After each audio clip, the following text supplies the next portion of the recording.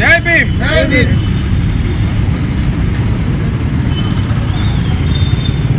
ఏదైతే రాష్ట్ర ప్రభుత్వం బీసీలకు 42% రిజర్వేషన్ ఇస్తానని చెప్పి మభ్యపెట్టి బీసీలను మోసం చేస్తుందో ఈ మోసాన్ని మాల మహానాడు తీవ్రంగా ఖండిస్తుంది. మరి రేవంత్ రెడ్డి గారు నిన్ను ఎవరు అడిగారు 42% రిజర్వేషన్ ఇస్తే నేను ఇస్తా అని ఆశ పెట్టి మోసం చేయడం ఎంతవరకు కరెక్టు? ఈ రోజున బీసీ సమాజం మొత్తం కూడా మీ మీద ఆశలతోని గంపడ ఆశలు పెట్టుకొని ఇచ్చేస్తే మీరు పూర్తిగా మోసం చేస్తారు. మరి అదేవిధంగా మొన్న జరిగినటువంటి ఎస్సీ రిజర్వేషన్లలో మాదిగలను వర్గీకరించి మిమ్మల్ని నమ్ముకొని ఉన్నటువంటి కాంగ్రెస్ పార్టీని నమ్ముకున్నటువంటి మాలలకు అన్యాయం చేస్తుంది. మరి ఇటు మాలలు కూడా నీ గవర్నమెంట్కి నీ కాంగ్రెస్ ప్రభుత్వానికి దూరం అవుతుంది.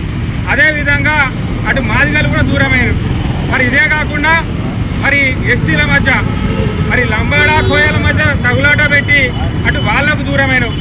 ఇవి ఏవైతే వీళ్ళందరూ దూరమైనలు రేపు స్థానిక సంస్థల ఎలక్షన్లో పోతే నేను ఎట్లయినా ఓడిపోతా, మా గవర్నమెంట్ పోతుంది, మీ కాంగ్రెస్ ప్రభుత్వం అందరం కూడా ఓడిపోతామని చెప్పి ఓటమి భయంతోనే కేవలం ఈ బీసీ నాటకం ఆడి ఈ బీసీ రిజర్వేషన్ కాలే కాబట్టి మేము ఎలక్షన్లో కోట్లేమని చెప్పి మభ్యపెట్టడానికే ఈ రోజున ఈ యొక్క డ్రామాలు ఆడడం తప్పితే బీసీలను మోసం చేయడం తప్పితే ఇంకో విషయం లేదు.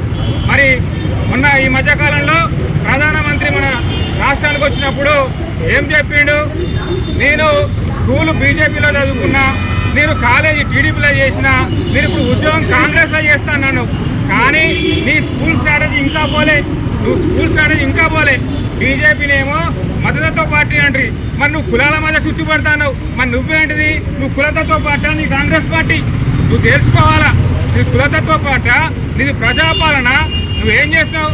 రాష్ట్రంలో నువ్వు అలవుగాని హామీలు ఇచ్చి అందరినీ మోసం చేసి ఆఖరికి రాష్ట్రాల్లో రియల్ ఎస్టేట్ను కూడా మొత్తం సంకనాకిపించి రాష్ట్రాన్ని దౌర్భాగ్యం పాలు చేసినావు. ఆర్థిక వ్యవస్థను మొత్తం కుంటుపరిచినావు. ఈ రోజున నువ్వు ఏం చెప్పుకోవాలో తెలియని పరిస్థితి ఉండి ఈ బీసీ రిజర్వేషన్ల వల్లనే నేను ఎలక్షన్లకు కోట్లని తప్పించుకునే ధోరణితో అవలంబిస్తూ బీసీలను పూర్తిగా మోసం చేస్తున్నావు. నీకు రానున్న కాలంలో ఈ దళిత బహుజన సంఘాలన్నీ కూడా ఈ యొక్క కాంగ్రెస్ ప్రభుత్వానికి రానున్న ఎలక్షన్లలో కూడా బుద్ధి చెబుతుందని చెప్పి ఈ సందర్భంగా తెలియజేస్తూ నాకు ఈ అవకాశం ఇచ్చినటువంటి బహుజన బంధువులందరికీ కూడా కృతజ్ఞతలు తెలియజేసుకుంటూ సెలవు తీసుకుంటున్నాను. జై భీమ్.